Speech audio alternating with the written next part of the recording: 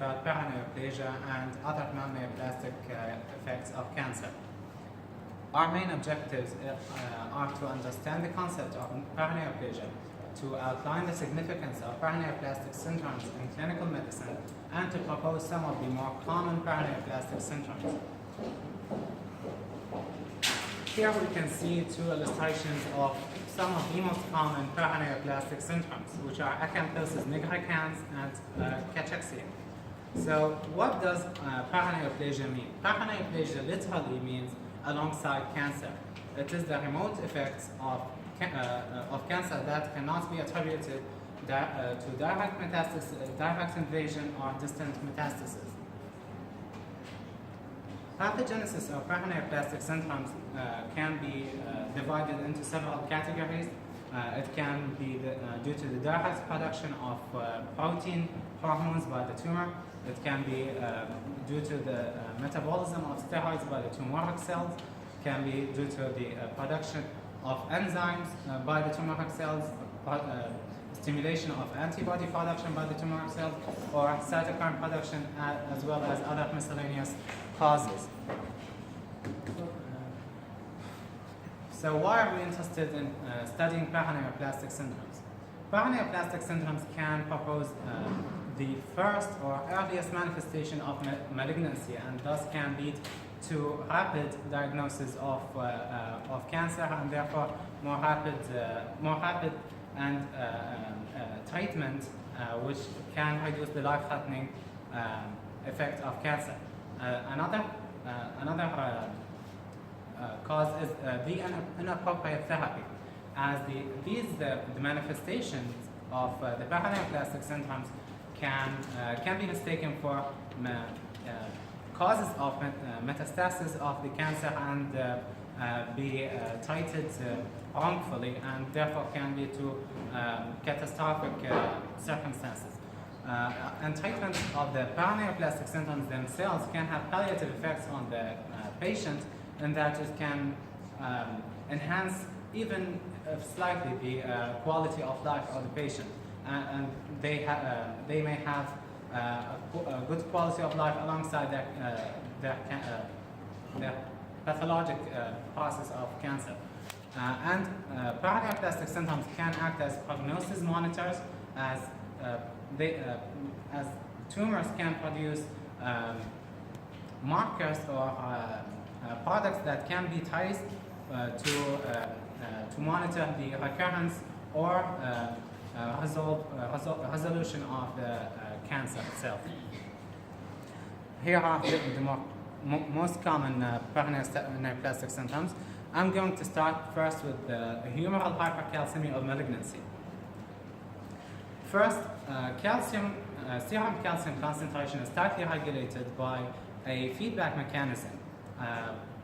Serum calcium concentration, if decreased, it acts to stimulate the parathyroid hormone, parathyroid cells of the parathyroid gland to secrete parathyroid hormone. Parathyroid hormone then acts on the bone, causing bone resorption, and calcium then enters the serum, increasing its concentration.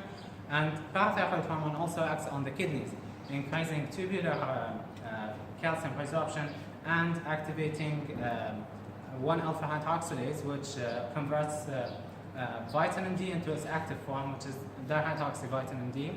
Dihydroxyvitamin D then acts on the gastrointestinal tract, increasing calcium absorption. All of this axis occurs in the case of decreased serum calcium concentration. So we have a tight range of serum calcium concentration between 8.9 and 10.1 milligram per deciliter. Hypercalcemia of malignancy is caused by two general processes, which are osteolysis, and this occurs in the case of direct metastasis to the bone or primary bone tumors. However, osteolysis is not considered a paraneoplastic syndrome because it defies the definition of paraneoplasia. However, the second process, which is the production of calcemic humoral substances, is considered the main paraneoplastic syndrome causing hypercalcemia.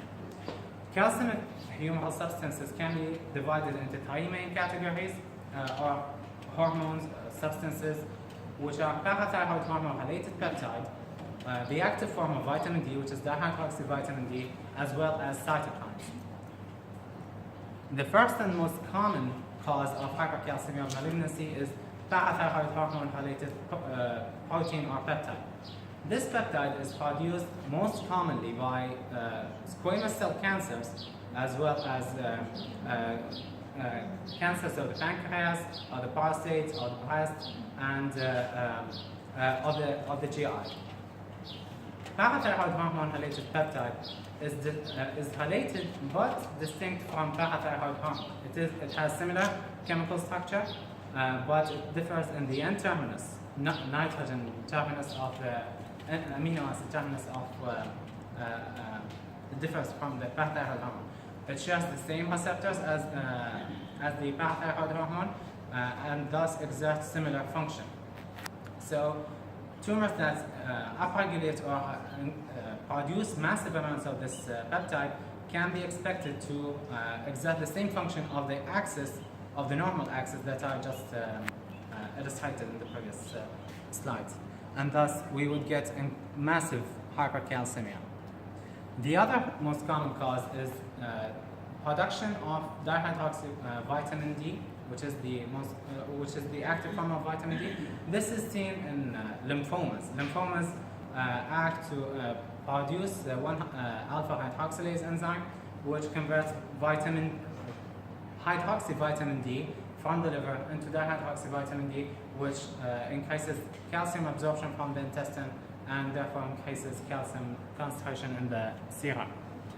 The third and least common cause is production of cytokines. Certain cytokines such as interleukin-1, interleukin-6 act to stimulate these osteoclasts and stimulate bone resorption, increasing serum calcium concentration and decreasing bone density, causing osteoporosis. Clinical features of hypercalcemia can be summarized in a mnemonic: moans, bones, stones, psychic, crones, and thrones, or others. Moans for the pain, abdominal pain, nausea, vomiting. Bones, we would get decreased bone density and therefore osteoporosis and bone pain. Stones, we would get gallbladder stones as well as renal calculi. Psychic crones, we get cognitive impairment, impairment of the cognitive function, as well as coma in some cases, and dehydration, including others. This concludes hypercalcemia. Another symptom is ectopic vasopressin, or tumor-associated symptom of inappropriate antidiuretic hormone release. Vasopressin first is produced by the hypothalamus in the supraventricular nucleus, and thus it is produced in neurons, and transported by the axons of these neurons into the neurohypophysis, or the posterior pituitary. From there, it is released into the circulation to act and for the retention of water from the collecting ducts of the kidney.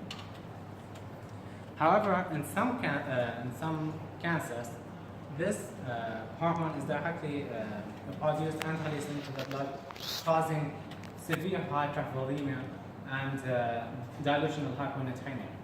The most common tumors that would produce this syndrome are small cell lung carcinoma, pancreatic carcinoma, lymphoma, thymic carcinoid, and prostate carcinoid.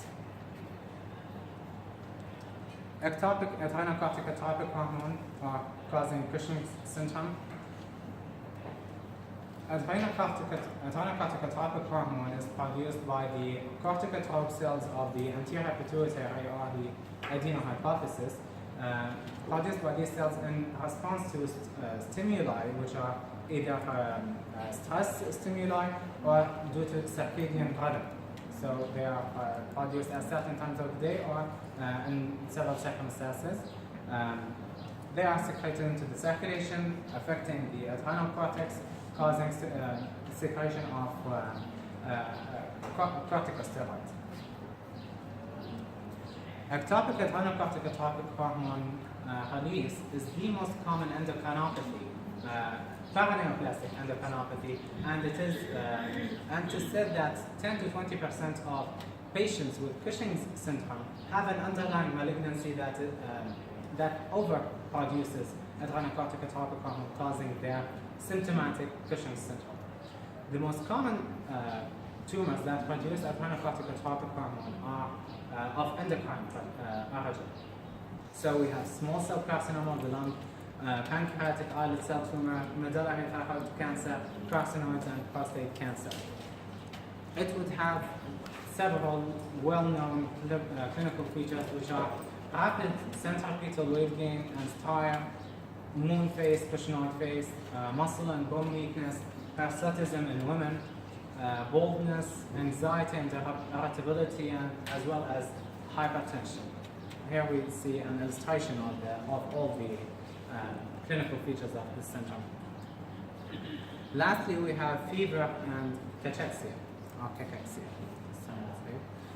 Fever is caused by an increased basal metabolic rate of the patient, or more commonly a catabolic state due to direct release of the cytokines. Cytokines can either affect this process either directly by acting at the hypothalamus, at the level of the thermoregulatory center, causing catabolism and energy expenditure to produce energy and heat, because it's affecting the thermoregulatory center, or indirectly by acting at the level of the surrounding tissues, causing catabolism and tissue decay.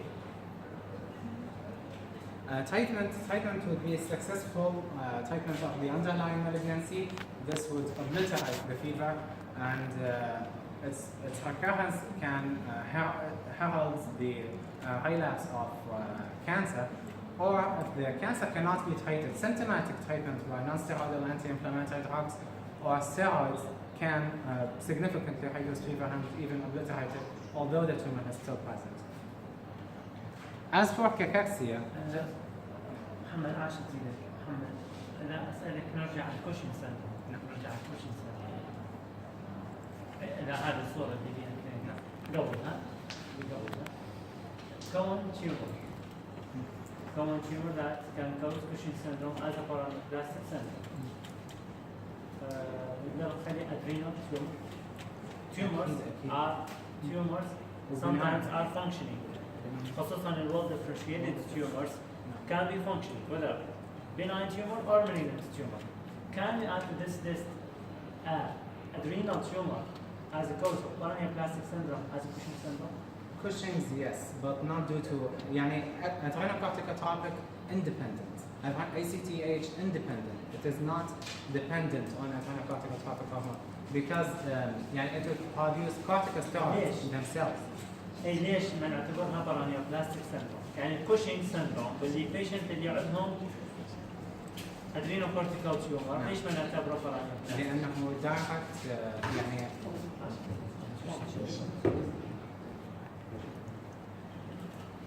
لأنه النيوبلاستيك سيلز نفسها هي الفانكشن مالتها الحالة حال السكويما سيلز والكيراتين فيلز مالتها، يعني ما بتسوي الفانكشن مالتها. This is expected، فما دام expected إنه التيومر ما نعتبرها paraneoplastic syndrome. Cause of hypercalcemia. Which tumor can cause hypercalcemia? Tumor. Two tumors by two different mechanisms. Small cell lung carcinoma. Yeah. By which mechanism? By parathyroid hormone release. The other is lymphoma by dihydroxyvitamin D production. Dihydroxyvitamin D. بعد هذا paraneoplastic syndrome اللي ممكن يصير غير اللي حكيتها هسه. غير اللي حكيتها، عندنا dermatologic acanthosis nigricans، وعندنا hematologic increased hypercoagulability due to mucin production and etc. The most common, which is the second most common, neurologic, such as Lambert-Eaton myasthenic dystrophy and disease, and myasthenia gravis. هو Lambert-Eaton myasthenic. Lambert-Eaton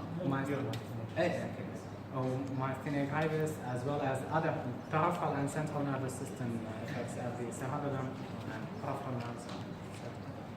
شكرا محمد بس شوية جاوبت على الوقت. اوكي